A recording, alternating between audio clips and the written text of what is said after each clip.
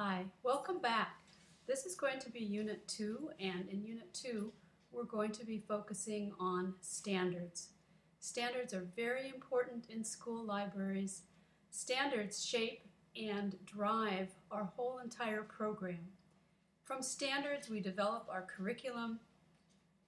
All standards are used to inform our practice, and then we also use standards to assess our students to see whether or not they have actually achieved the standards and what the standards call for. So I would like to mention that we will be looking primarily at two sets of standards. The first set of standards is that of Montana.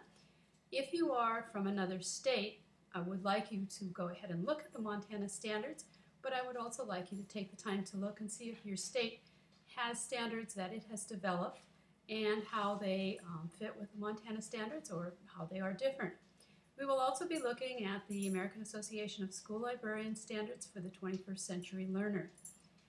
When you access these standards, particularly the standards for Montana, I want you to note that they are very content dense.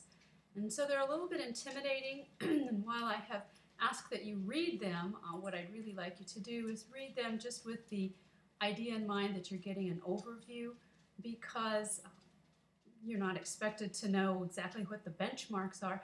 Remember that they are a working document. They are a tool from which you develop your own curriculum if you are in a district that does not have a curriculum already developed for your library program.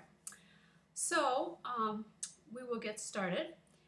And the other thing that I want to mention that we will do a little bit in this unit is that we'll talk a little bit about tips for new librarians, people who are transitioning maybe from the classroom, people who have just gotten their degree and are just starting in the field.